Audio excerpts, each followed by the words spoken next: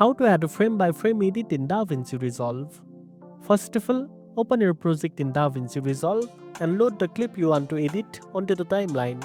Make sure you are on the edit page where most of the detailed timeline editing takes place.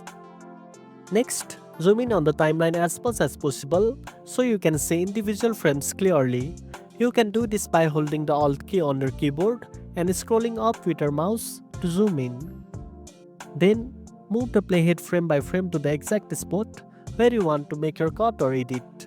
Use the left and right arrow keys to navigate one frame at a time for precise control.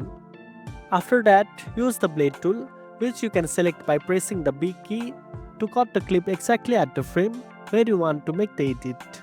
Clicking on the frame will split the clip into two parts. If you want to replace or insert a new frame, you can drag and drop a new clip or image onto that frame.